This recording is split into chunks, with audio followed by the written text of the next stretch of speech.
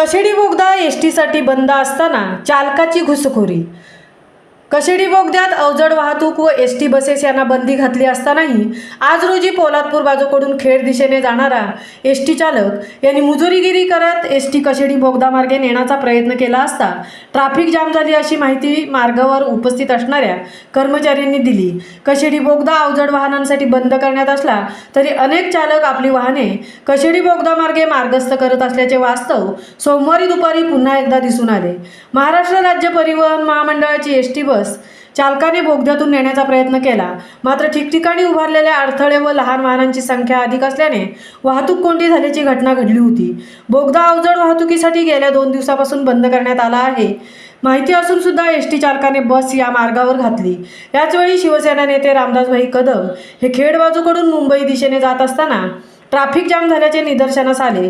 त्यांनी अधिक चौकशी केली असता अवजड वाहनांना बंदी असूनही एसटी चालकाने या मार्गावर गाडी घुसवण्याचा प्रयत्न केल्यामुळे ट्रॅफिक जाम झाल्याची माहिती त्यांना मिळाली।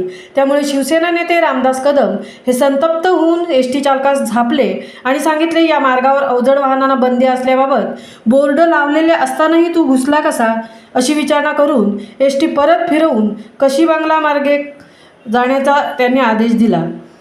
मुंबईसह धनराज गोपाळ, पोलादपूर।